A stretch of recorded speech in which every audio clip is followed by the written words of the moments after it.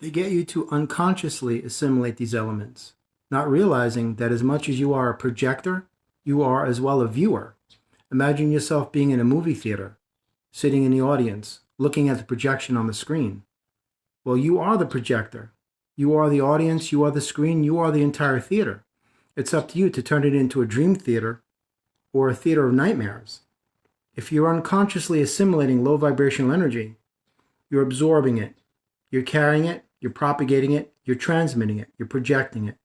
And that's exactly what you'll see in the series of experiences that you encounter that are presented to you. That's exactly how the whole process works. You're not responsible for the entirety of the reality that surrounds you. How could you be? You're not the only soul that God created. What you see outside you, you have no control over and you can't change. That's the environment that you operate in on this earthly plane.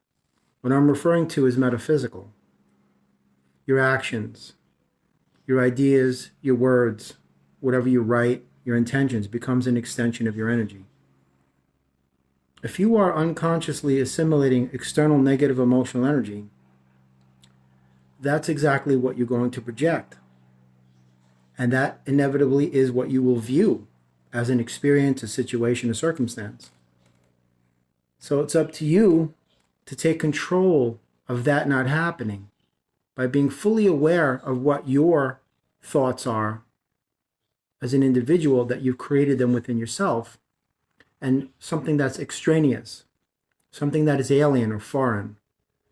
Because you have to monitor your feelings and emotions. These are prime indicators as to which specific types of energies, frequencies, and vibrations you're assimilating, you're carrying, you're projecting, you're transferring.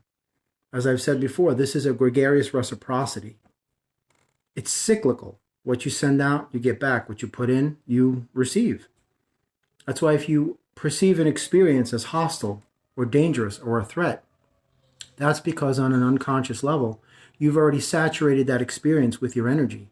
That is what allows your perceptive lens to read this. To give an example, in the military, standard operating procedure is to have special forces on the ground with laser devices that they aim at targets. It's like a big box with a trigger, and they call it painting the target. That will allow the jet fighters at a 41,000 foot ceiling or lower to be able to read that target and do what they call precision bombing. That's exactly what you're doing. You're painting your environment in order to allow your perceptive lens to read it and interpret it on its own level. And that is what is exactly going on. So instead of you being vulnerable to assimilating something or someone else's energies and causing you to carry and project what they want you to, take charge of your own energy and not allow that to happen ever again. You got to practice recognizing what's familiar, what's yours, and what's not. And that's exactly how this works.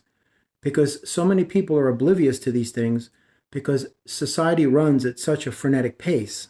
The faster you go, the more life becomes a blur. And then you get tunnel vision. And all you care about is money and yourself. That's why now more than ever before, people are selfish, self-gratifying, self-serving, self-centered, self-absorbed, absolutely desensitized. Sensitivity is the single element that allows you to care. If you don't care and you are desensitized, then you are numb to the world around you. And then you just check out. That's why they have that song years ago, Comfortably Numb. They've been conditioning you to be this way. You have to be yourself. You have to love and care and be compassionate. Because then if not, you're not plugged into anything biological, organic, or natural. You're plugged into something mechanical, something synthetic and artificial. Instead of artificial intelligence, why not natural, organic, biological intelligence? Instead of virtual reality, why not actual reality? Instead of being dependent or relying on their machines, their systems, their mechanisms, rely on yourself. Because God made you complete and whole from the beginning. You don't need that. That's just extra stuff. If you want to add that on to your life, that's cool. But don't be in a position where you're placing yourself where that is your life and you are dependent on this. Because if something happens to that, you're going to crumble. Don't do that. Then you're addicted to that stuff. And no addiction is healthy. It's unhealthy.